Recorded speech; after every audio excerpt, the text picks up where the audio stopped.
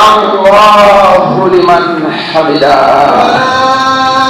Walakal hamd. Allahu Akbar. Mwezi wa Ramadhani kwa kweli ni mwezi ambao una faida nyingi kama Waislamu wangelifuata vile Uislamu unavyofunza, lakini masikitiko ni kwamba Waislamu wengi wanafunga Ramadhani lakini hawana elimu ya kujua yale Ramadhani inatufundisha nini, wafanye nini, waache nini.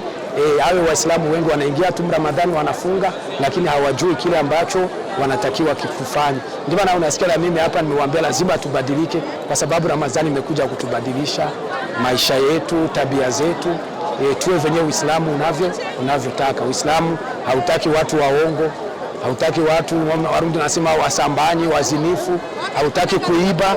Haya yote yako kwa Waislamu lakini Uislamu unayakataza. Lakini mwezi wa Ramadhani kuna wale wanajaribu kuacha. Ndio maana nilikuwa nawaambia kama wameacha Ramadhani na hivi Ramadhani imeisha, waendelee kuacha, kwa kuwa ndio venye Uislamu unatufundisha, na ndio Ramadhani inakuja kutuzoeza hivyo tuache yale mabaya tulikuwa tunafanya. Tumshukuru kwanza Mungu kuona ametuwezesha kufika siku ya leo.